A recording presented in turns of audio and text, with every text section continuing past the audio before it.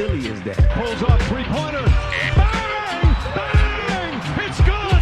Wins the game at the buzzer!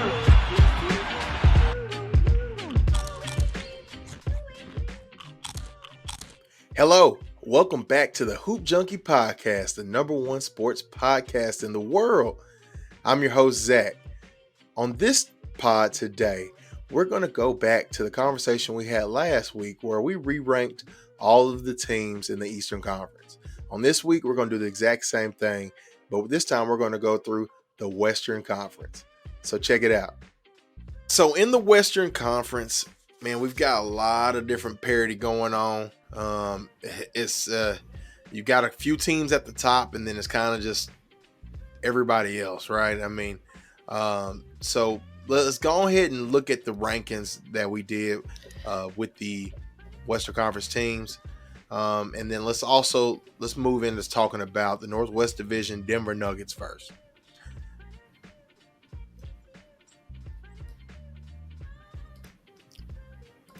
So the Nuggets, I believe we had as a contender going in, right? Which I don't know if that was necessarily a hot take. We're pretty high on Denver, but I think a majority of the public was pretty high on Denver. And how can you not be still high on Denver at this point in the season? They're tied with the Grizzlies. I feel like they've been tied for like the past 2 weeks. You know, Denver has won, 6 straight games, and then the Grizzlies just keep winning too. So these teams are just going neck and neck, but Denver's got to be a contender at this point. Jokic, we've talked about this before. I think he's the MVP again so far, 3rd straight season. I don't care about voter fatigue. I think he's been the most valuable player of the season. Jamal Murray has really come along the past few weeks. I think he's starting to put the injury behind him and he's really starting to play his role. Aaron Gordon is having a sneaky, phenomenal season as well as I think he might be like solidified as their 3rd best player now. He's been really their 2nd best player so far this season. I think they're a clear-cut contender and should be one of the favorites out of the West. Yeah, no argument here, Chance. Denver has been by far one of the best teams in the league. When you just look at, their core is solid, man. And I think adding people like KCP have been like some underrated pickups for that team. I think a lot of this just relies on hey, does Jamal Murray get back to that same playoff Jamal Murray that we've seen in the past when you start talking about in the playoffs? But yeah, this team is a contender. I mean, you start talking about Western Conference teams this year that are like rock solid. It's got to be between them and the Memphis Grizzlies. So I think we leave them right where we got them. Yeah, I think the one concern to look forward to with Denver is their defense, right? And we've talked about this a little bit before. They have the 2nd best offense in the league, but the 20th best defense.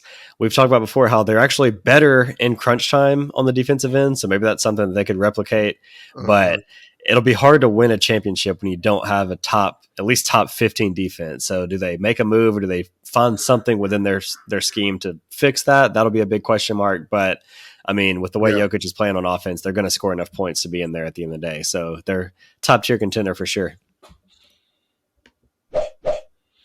Okay, Chance. So this team made spicy, splashy moves this offseason that just haven't quite seemed to pan out yet. Yeah, I'm talking about the Minnesota Timberwolves. So going into the year, Chance, we actually had the Minnesota Timberwolves as a lock playoff team. Do we still feel good about that, or do we need to make some adjustments? I think that might be a rhetorical question. We've got to make some adjustments on Minnesota for sure. They're kind of the Atlanta Hawks of the Western Conference at this point. And with the way they've started, they are right in the play-in right now. They're the 9th seed. They're 1 game under 500. There's just been some times watching them when you're just like, it just looks like they don't even want to be out there. Anthony Edwards had a slow start to the season. There were times when he's just kind of standing around on offense, which really bums me out because I've seen Anthony Edwards really locked in on both sides of the court. I saw some of it there in the playoffs last year when he's guarding Ja Morant full court and making him work for everything he has. I think he has so much potential as a two-way player, and it's just yet to unleash that, whether that be the environment that he's in, he's just not motivated for it or what. But you've got that going. You've got the fit between Towns and Gobert was just not looking great. Obviously, Towns has the early injury, and we haven't seen him in over a month now, and haven't really heard any updates as far as like when can we expect him to be back. I think you've still got to give it time and see what it looks like with a larger sample size with Towns and Gobert together. But as of now, I mean, this team's definitely not a playoff lock. They're right there in that play-in type level, and I think you can hold them firm to that. I don't see them really moving back up to the lock, but not Right. going bad enough I either. don't think there's any argument that this team is probably on that playing fringe level team. I get it. Towns has missed a lot of games for them. Any team that loses their best player for a considerable amount of time, they're probably going to struggle, right? Just especially with where you start looking at all these usage rates among star players these days. They're all bananas. Yep. The Minnesota Timberwolves are no different with most of these teams about just the lack of having a star player. So I'm gonna give them that. I'm gonna give them that. But however, it even the minutes he's been on the floor, it still just hasn't looked great. So this team is, I think we have no choice but to demote them on down to a play-in level team. Yeah, 100%. All right, Chance. The Oklahoma City Thunder. Now, I'm curious to see where you think we should put them, because we had them as the worst team in the league going into the season. But how do you feel about them now? I think you've got to feel amazing if you're an OKC fan. We had them as a bottom level Wembanyama sweepstakes. Mm-hmm. I'm moving them up one. I'm putting them in the play-in contention. I think Shea has done enough on his own just to elevate this team to where they're competitive every single night. Even on nights when Shea's not playing, they've got to a point where they've got enough around him. Yeah. Giddey has taken another step up. You know, he's scoring a lot more efficiently now. The Jalen Williams duo has been great, you know, especially the one they've got, the good Jalen Williams, as I say, that has been the wing that's actually starting for them now, and he's looked really good. One of the best hairstyles in the NBA still as well. Mm-hmm. But they've got a lot of young talent. They've got a lot of future draft assets. This is a team where I think they're solidified as a play-in type team now. This team might be like a playoff lock type team, like as quick as next year. Like the sky is so high for this team. I see the same rise that we saw with the Memphis Grizzlies, with just having that young core together. And then now we're talking about them being one of the top teams in the West. Chance, I would not be surprised if we sit back and we look at this Oklahoma City Thunder team and you sit back and say, man, it's crazy to sit here and think like 3 years down the road, this team is a legit has a legit case to go deep in the playoffs or even make the finals. I think this team, they're young, they're hungry, and then Sam Presti has hit on all of these draft picks, man. You look at Shea. I've been saying this, that Shea is a dog. Shea is one of the premier guards in the NBA, and Shea might even be a all-star starter this year. I mean, depending on how he could be. Yeah, the way it's Shea, he's definitely an all-star, like 100%. And he's worked his way into that starter contention for sure at this point. And then you talk about Giddey. Giddey played a lot of a ball this offseason playing with the summer league team. And he's on. I think all that has been great for his development because he's playing a lot better this year as well. You see the improvement. But then you sit here and talk about like someone like Jalen Williams.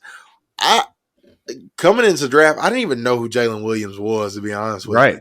Yeah. And Jalen Williams is looking like, is he like the next Jaylen Brown? You know what I mean? Right. Like, you know, and you just start to look at it like from a wing perspective, like, dude is solid. And then we're not even talking about, they don't even have Chet Holmgren playing, right? Yeah, exactly. Chet out for the season. Dude, this team, I don't think, you know, one thing I'm concerned with them though is the direction that they go. Does Sam Presti say, hey, I'm going to trade some of these pieces for vets and try to go that direction?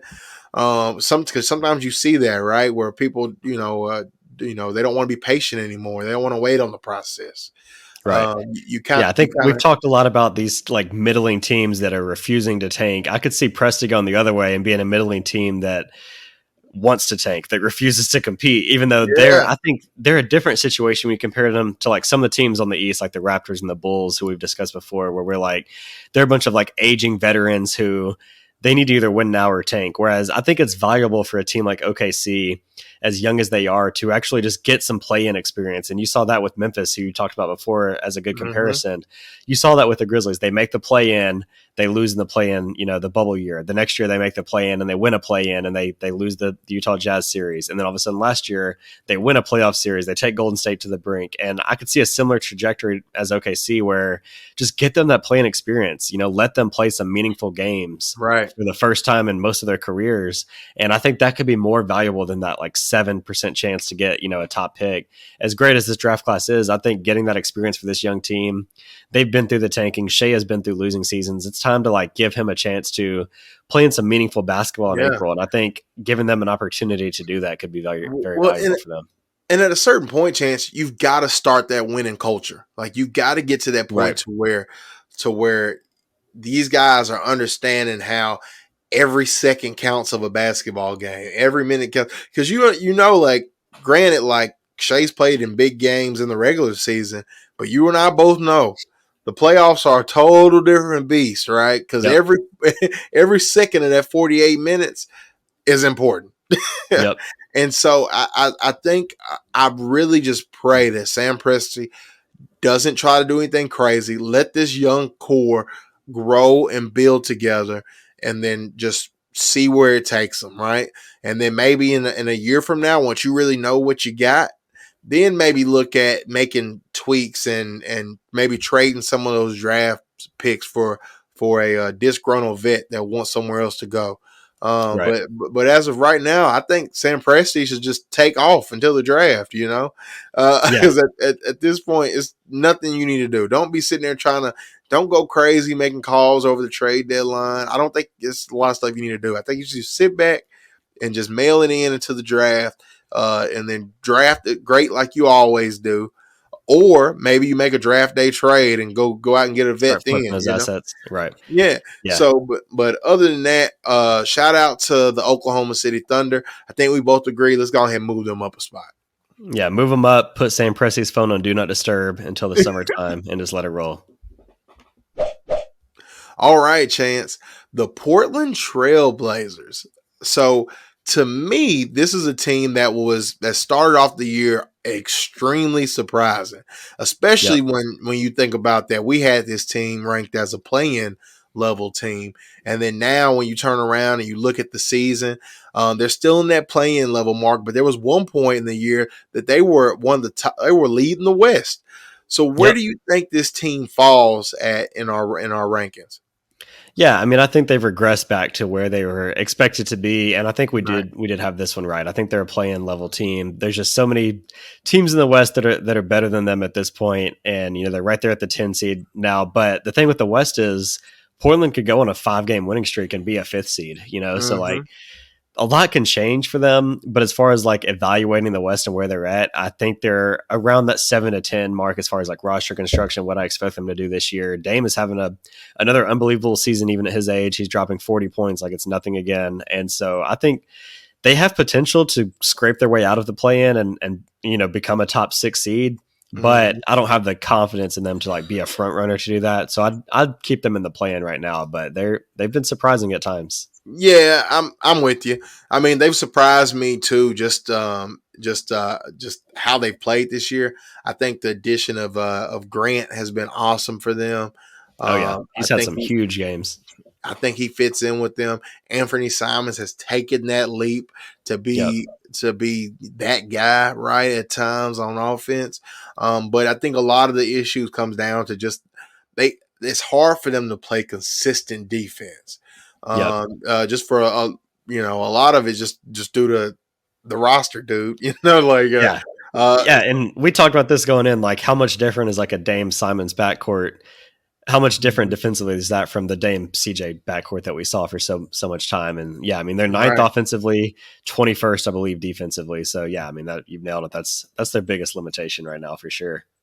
Yep. All right. So look, we'll move on from them. We'll leave them right where they're at. All right. So the Utah Jazz, same exact situation, right? Another team going into the season. We were like, this team is leading the charge in the Wembanyama sweepstakes, and then lo and behold, they're sitting at 8th right now. How do we feel about the Utah Jazz, Chance? This is a team kind of the opposite of the Nets that we talked about before, where they have kind of experienced a little bit of each tier at some point during the season. I mean, they started out, it was like 3 or 4 weeks into the season when they were a top 2 or 3 seed in the West. Like, this wasn't just a team that started like 4-1 randomly and fell off. Like, the Mm-hmm. first 15 to 20 games of the season, they looked legit, and they still do at times. I Yeah. ultimately think that we had them.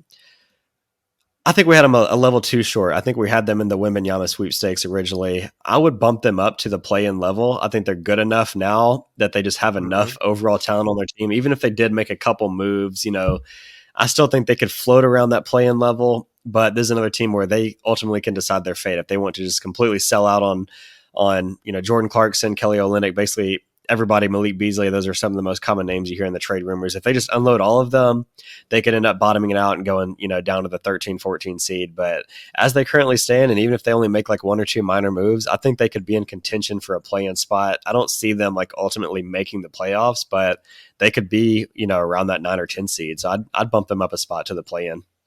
Yeah, I'm with you, Chance. I think they deserve to be bumped up to a play-in spot.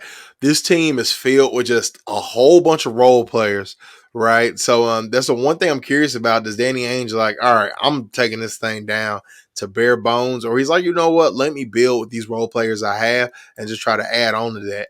That's the one thing I'm curious to see about how they handle that piece moving forward. Well, the thing You is, know, Markkinen has elevated himself to where he might not even be considered a role player. Like, he should be an all-star this season. oh yeah, And I wouldn't call him like a superstar or anything yet. And we know that you need superstars to win titles. So yeah, I don't think he'll ever be like the yeah, best player on like a contending team, but he's good enough to build around to where he's yeah, untradeable at this point. And looking at yeah. his career, where he came from to where he's at now, like, I mean, we've talked about him before as being one of the most improved players in the league. They're a top 5 offense still at this point in the season, even after, over 40 games, which is incredible to say for the Utah Jazz. Like, no one saw that coming. So yeah, like, Yeah. what they're going to do? Are they going to, make an all-in move at some point in the offseason and go for that other star? Like, that's, to be decided. But I definitely Mhm. think we were possibly a little too low. And I'm kind of upset with myself. I should have seen this coming when you just look at their overall like roster construction.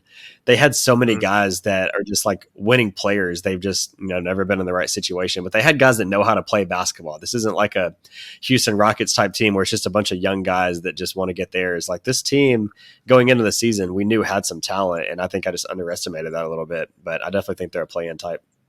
Yep. I agree with you. All right, Chance. So look, let's talk about those Golden State Warriors. Huh. Up and down year. They got Yep. this generation's version of Michael Jordan back with the arm sleeve, Steph Curry.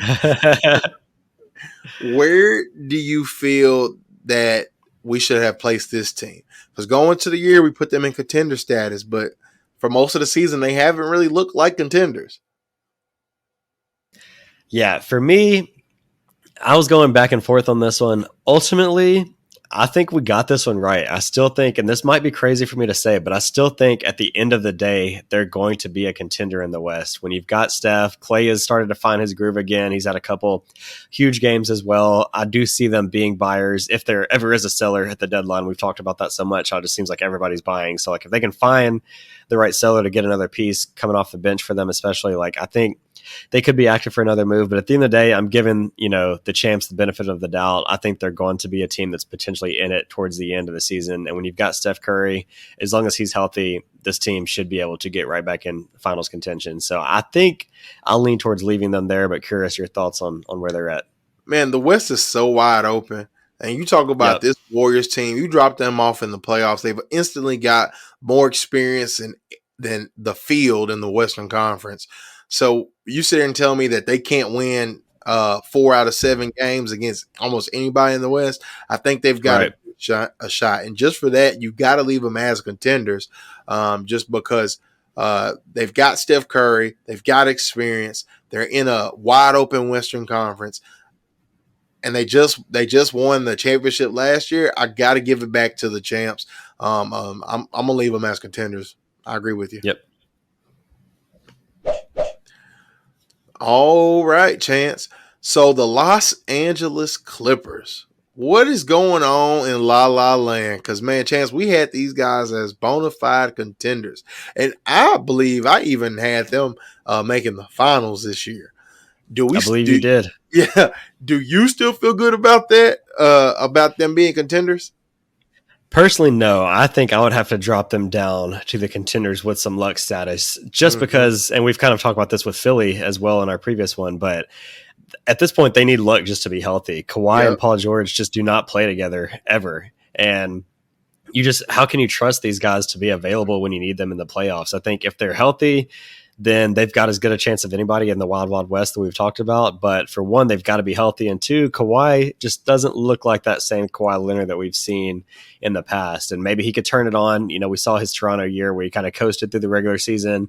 And then in the playoffs, he like flips his little robot switch and all of a sudden it's Yeah. just mid-range bucket from wherever you want it. And that could be the case again. But as of now, I can't say that this guys are like automatic contenders. I think you have to bump them down a level. What do you think? Yeah, it's the same thing with Philly, right? Like they need a lot of luck. Kawhi has started to look a little bit better as of late. Like when you start talking about like this past week, he's looking like Yep. he's starting to get back in the rhythm and he's starting to be back dominant again, right? The Kawhi that they need. However, like there's still a lot of things that I'm concerned about with them. The point guard play has been a problem for them. They've got two solid point guards in John Wall and Reggie Jackson. However, they're still having some issues and they're still not necessarily getting the play that they will want if you ask most Clippers fans. And I think a lot of that just has to do with just guys in and out of the lineup, in and out of Yep. rotations. And I don't know if that problem is ever going to resolve itself because when you look at it, you got two superstars kind of on the backside of their primes. Both of them have dealt with injury problems in the past. I don't think that's all of a sudden going to change now. So I think we got to push them down to contenders with some luck. Yeah, when you look at their overall net ratings, they're seventh on defense, 28th on offense. The only teams with a worse offense this season are the Hornets and the Rockets. Oh And man. a lot of that goes back to what you mentioned. They just can't get guys in a rhythm, having the same flow. You mentioned John Wall. Now he's out for another couple weeks with an injury. And so, yeah, we just can't trust these guys to be out there. So I think you've got to keep them down. Right. And you look at it now too, like teams don't know how to play without stars these days, really, for the Right. most part. It's less than a handful of teams that can just play old school team basketball, passing the ball around. Like I said earlier about these usage rates that are going out of control. It's just going crazy. It's just because now teams are just rolling the ball to the best players' hands and letting them work. But Yep. if you roll the ball and your best player ain't there, what you gonna do, right? So, Right. and I think that's the big issue with the Clippers and that's definitely something to look out for. So we'll go ahead and bump them down a tier. Yep. All right, Chance. So we just got done talking about the Clippers. Let's go ahead and move to another falling team, the Phoenix Suns. Now, going into the year, actually, I think all of us were really low on the Suns. We were a lot lower than most people, and we only had them at that play-in level team. But with Devin Booker out, I think they've been proving us right. But however, do you still feel okay about where we placed the Suns?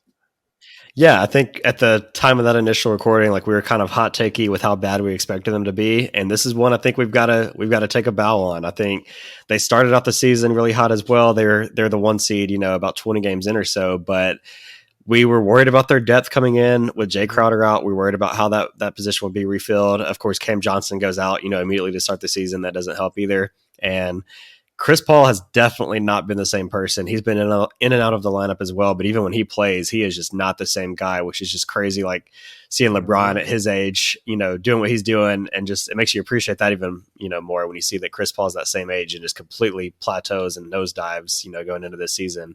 And without Devin Booker, they just cannot score the ball at all. We saw them here in Memphis yesterday for the MLK Day game, and it's just like they've got guys you've never even heard of getting real minutes out there, and it's brutal. They need Devin Booker back ASAP, but even with Booker back, I think as wide open as the West is, these guys just do not have enough to even be like a contender with some luck. I think we're pretty spot on with them as being a play-in type team, and I haven't seen anything worth moving them up or down.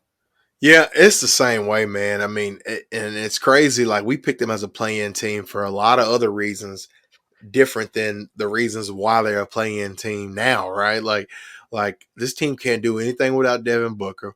It goes to show you that Devin Booker is their offense for the most part. Chris Paul has regressed almost as much as Kyle Lowry has, right? Like Right. Not quite a dustpan, but he's getting not, close. yeah, he's not quite a dustpan, but he might be the broom. You know what I mean? Yeah. So so yeah, they've got to figure that out.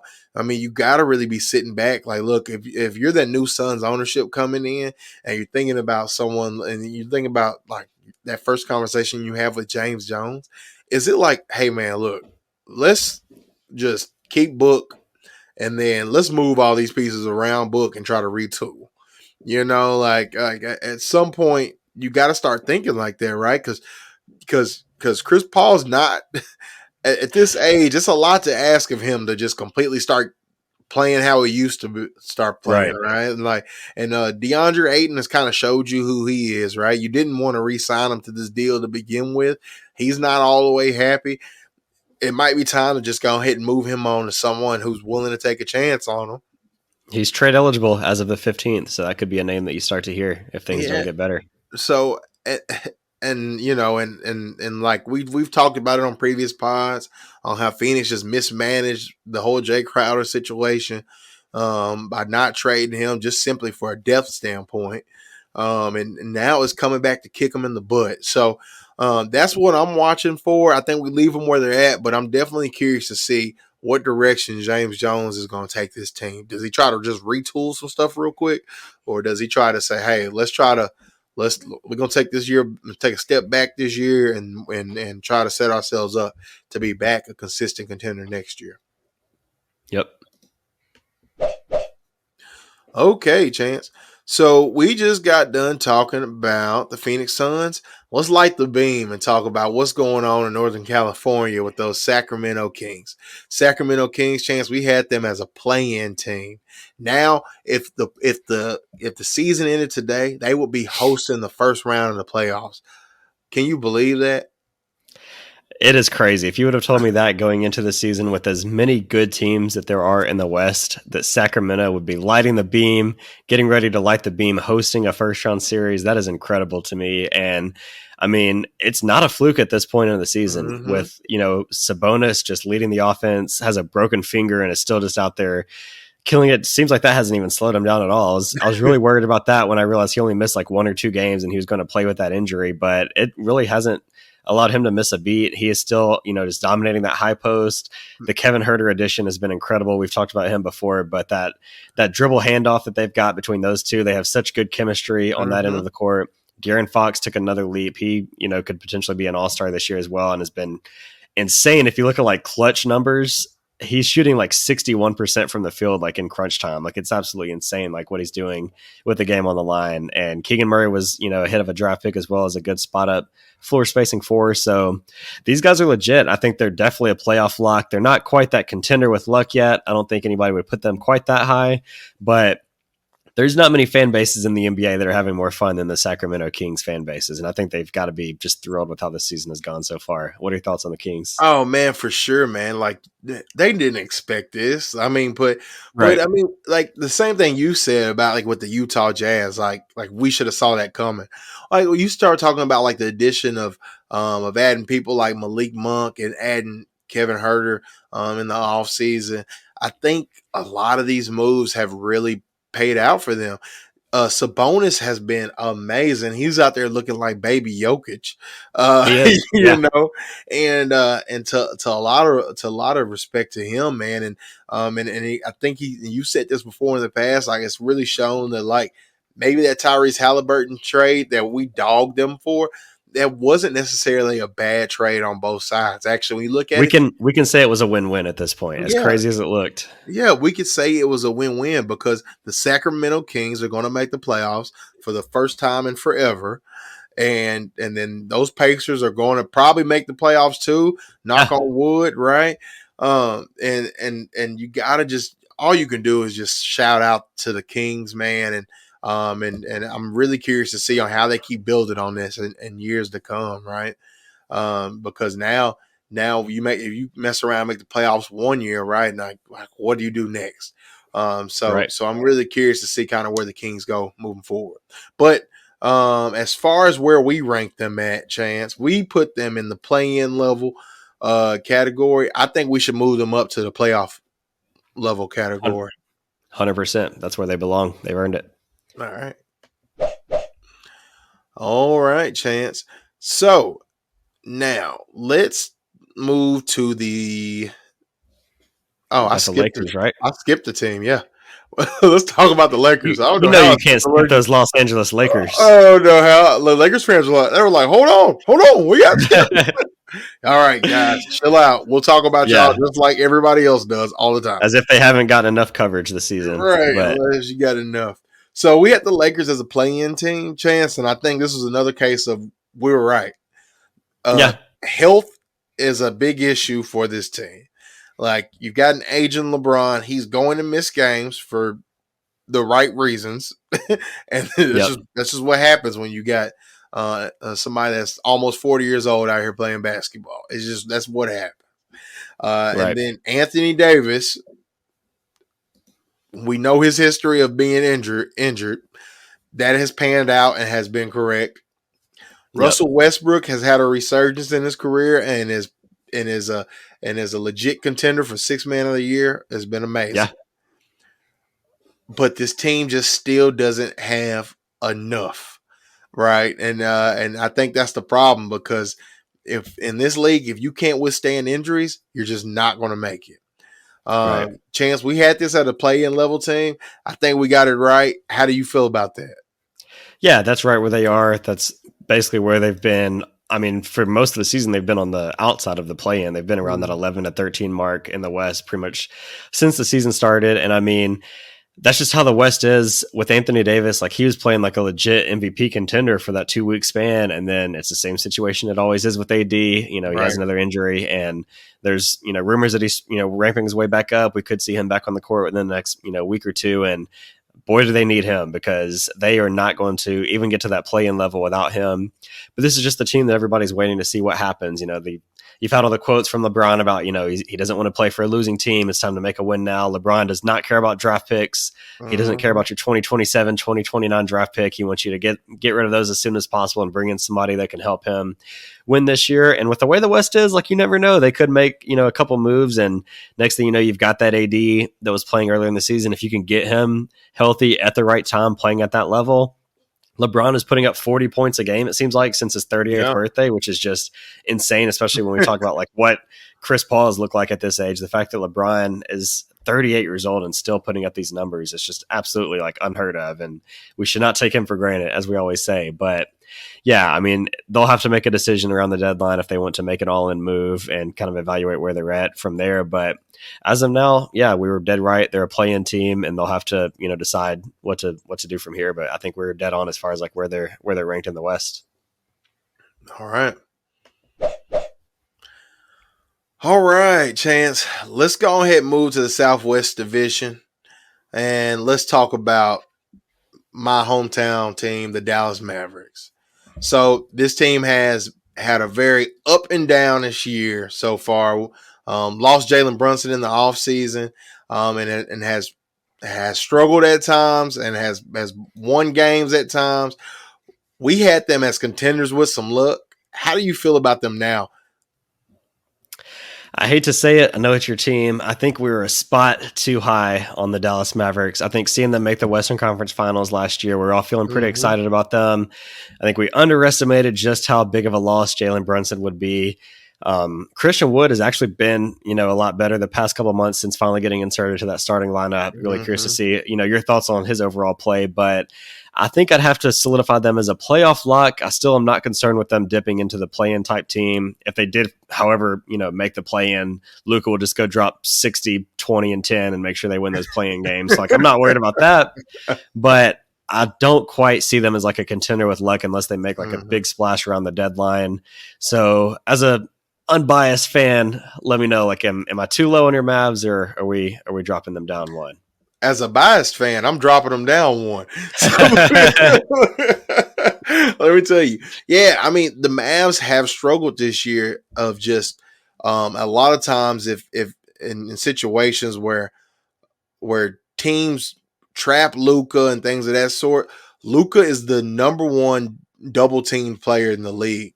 Like, and I don't even think it's close, honestly. But Just from the eye test, I would say it's probably not close after seeing how the way teams are blitzing this guy. yeah, and it's crazy. He's still leading the league in scoring and still almost averaging a triple double. It's wild, man. It's wild. But but Luka's having an MVP caliber year. But the thing is, Luka's not going to play every game. And the games that Luka has not played in, the Mavericks look like a JV team at times. And so they've got to figure that out. Christian Wood, I was really low on Christian Wood towards the beginning of the season. But man, since Jason Kidd has just taken the leash off of him and let him start and play in the starting lineup and play more minutes with Luka, Christian Wood has been unbelievable. The man is out here getting like 2, 3, 4, 5 blocks a game in some of these games, man. Who would have ever thought that Christian Wood would be a rim stopper? Yeah, it's been insane. That Lakers game, he literally like turned his ankle at the end, and then he just sits out for 30 seconds, comes back, gets another block around the rim. It's just been insane what he's doing, which is very impressive. I didn't see that coming. Never saw that coming. I think that really goes to show you, like, you put guys in winning situations around winning players. I really think that they can do well. But the only thing is with the Dallas Mavericks, Christian Wood should not be your second best player, in my opinion. I think Christian Wood is a great player, and I think Christian Wood is probably best in a third best player role. So it's a bummer to me because I can't help but think about it. It's like, man, if we would have just signed Brunson to whatever he wanted, like, the Mavericks probably could have been a legit contender this year. Right. I think all of that echoes to Dinwiddie too. I think Dinwiddie's like an awesome third, fourth best player, but it's a borderline him or Wood as a second best when they both should be like third or fourth best players. So yeah, I think you're right on it. And then whenever you've got all these different players playing a level up, that's what creates all the problems that you got with the roster. Because you just think about it, if the Mavs literally, but they don't have any draft assets until next year after they convey this pick, and then they've got the whole the chest that they can throw at somebody next year, right? But if they can hold it out next year and then next year make a trade to go out and go get someone like a Siakam or someone like a Levine or somebody that can be that second best player, then now we can sit here and talk about the Mavs actually making deep runs in the playoffs and actually being a legitimate contender. But until then, I think we just got to put them as a playoff lock, because I just don't see this team with Luka Doncic not making the playoffs, and whether they got to go by way of the play-in or whatever. As long as Luka is healthy, Luka can drag anybody into the playoffs. Oh yeah, 100%. All right, Chance, the Houston Rockets. I don't think we got to talk about this team too much here either. Just because we had the Houston Rockets go into the year as a Wembanyama sweepstakes team, and they have been everything of that to show us so far this season. Do you have any objections with leaving them where they're at? No objections. I mean, they're 30th best offense, 28th best defense. They've been pretty awful on both sides of the court. You would have liked to see some, leaps in development from guys like Jalen Green, who it seems like he's still just like an inefficient scorer. Can be fun to watch at times, but he hasn't got those efficiency numbers where you'd like from a, top draft pick that you've seen coming out. So, but hey, I'd like to see a little bit more development. Sengun has been balling. He had an insane last couple games, so he looks good. He looks like a guy that you could legitimately build around. And yeah, there's some young pieces that are there. We'll see what they do with Eric Gordon, who has seen no improvement according to him. So yeah, I mean, there's a team that they could be one of the very few sellers at the deadline, but I mean, yeah, they're straight in the Wembanyama sweepstakes, and yeah, there's not much more to say. Chance, your Memphis Grizzlies, are they going to win the chip this year? Oh yeah, bet the house on it. Favorites, they're winning it all. Bet everything you have on it. The Grizzlies, they're the best team in the league, and yeah, we can just basically end the pod right now if you want. So look, we But had them as contenders with luck going into the year. I think a lot of that was around just the shakiness too with Jaren Jackson Jr. Just knowing like his health situation. But so far he's been back in the lineup. He's been healthy. The Grizz have been rolling. Do you think that it's fair that we bump them up a spot? I was wondering if you were going to criticize me for bumping them up a spot, if I was going to sound too biased, but I think you have to at this point. I mean, Yeah. since Jaren's been back, and even throughout the season now, the Grizzlies have the number one defense in the league, top 5 offense in the league. The biggest concern with them, and we talked about this on our initial pod, was, they were focusing on internal growth, and they let go of Melton, they let go of Kyle Anderson, so we are wondering, would they lose too much depth? This is a team that struggles with injuries every single year. This year has been no different, but as always, they just find a way to overcome that. And some of these role players like David Roddy has been great. Zaire Williams just got back from injury and is starting to find his rhythm again. Ja has continued to look like a superstar. Tyus Jones has been phenomenal as a backup point guard, and he looks like a great low-key, re-signing of the offseason as well. And then Jaren has just taken another leap on both ends of the court. And we're wondering how he would come out, off that injury, not having a chance to develop much over the offseason. And he has just been unworldly on the defensive side of the ball, but also on offense, he's gotten better at finishing. He's getting a little smoother with his drives. I think this is a team that should be regarded as one of the contenders. I mean, they've won 10 games in a row at the time of this recording. By the time we get back together, it might be 15 or 16 in a row. Like, this team is just not slowing down anytime soon. And I wouldn't call them favorites as much as I'd like to be a bias. I think there's some other teams that you could definitely put ahead of them as far as favorites go, but this should be a team that comes up as like a definite contender in the West. But what do you think? Yeah, there's no doubt in my mind that they're a contender. When you sit here and talk about the Grizzlies, I mean, to me, there's no question that they're at least one of the top 2 teams in the West, for sure. So when you start talking about across the league, they're definitely on that short maybe handful or 2 handfuls of teams that are legit title contenders this year.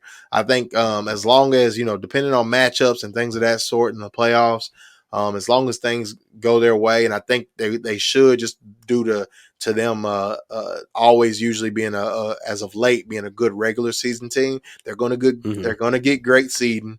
So I mean, I've got a lot of faith in the Grizzlies, so I think we should bump them up. All right.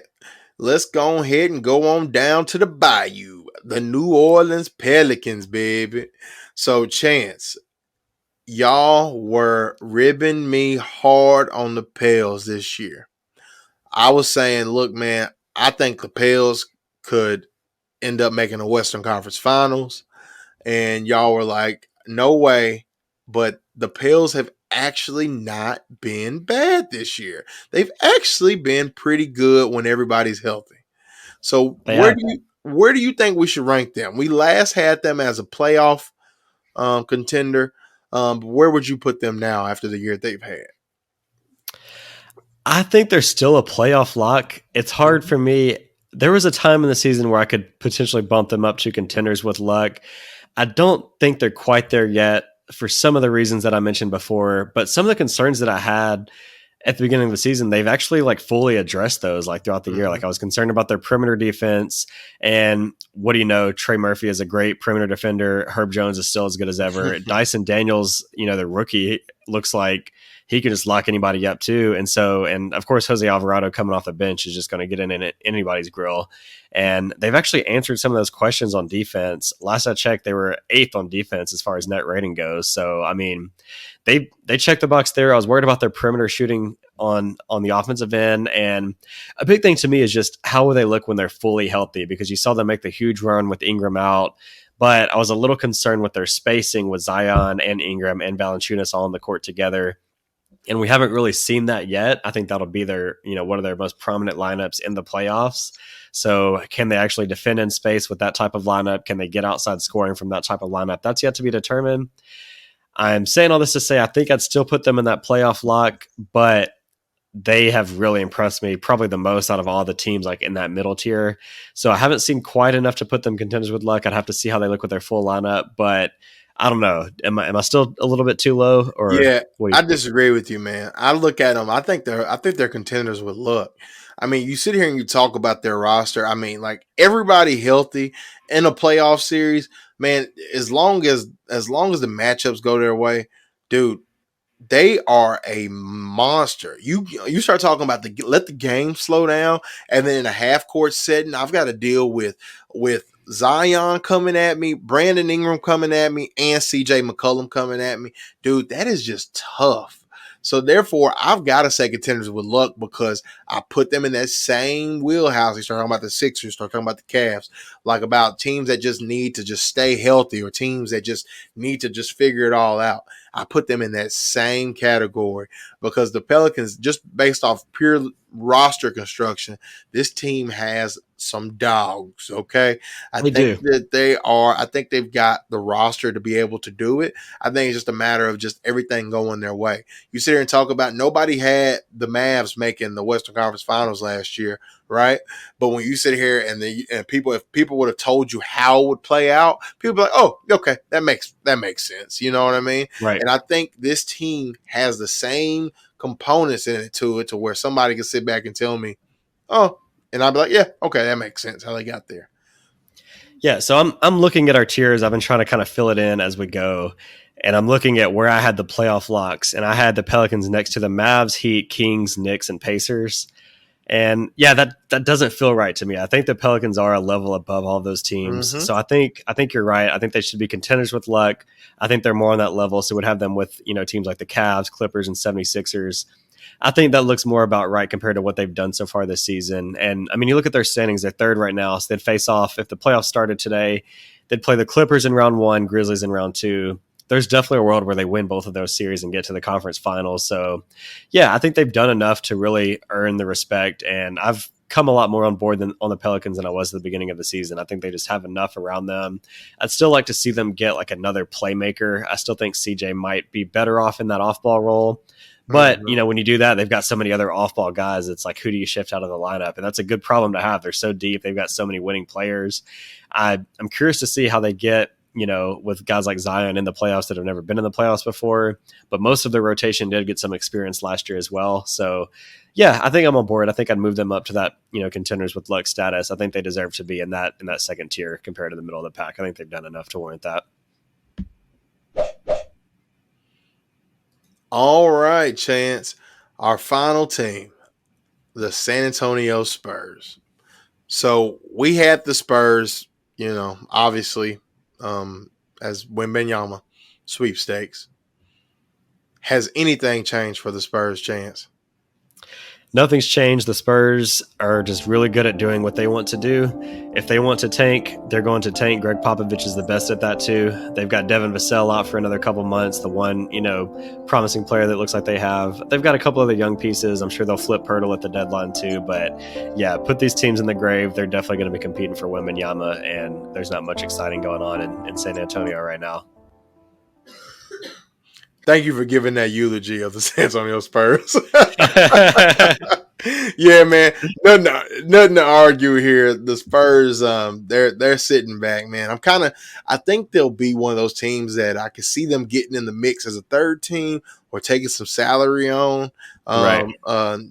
During the trade deadline. So I'm kind of watching them. They could get good value for Pirtle at the Mhm. deadline. There's a lot of teams that would love to have a big like that where he'd be the one guy I'd keep my eye on. Josh Richardson maybe as well, but Yeah. they could be making some moves. But yeah, I think Doug McDermott. Yeah, Right. they've got some people that some playoff teams, or whether they're going to give them a couple seconds, a second, a first. I mean, I think they've got an opportunity, or even just taking on some salary back and then and getting a first round pick out of it, or Right. whatever the case may be. They've got a lot of opportunities, kind of, to get in there and at least help with their rebuild. Right? No moves that's going to change everything overnight, but they've got moves No. that can set them up for the future.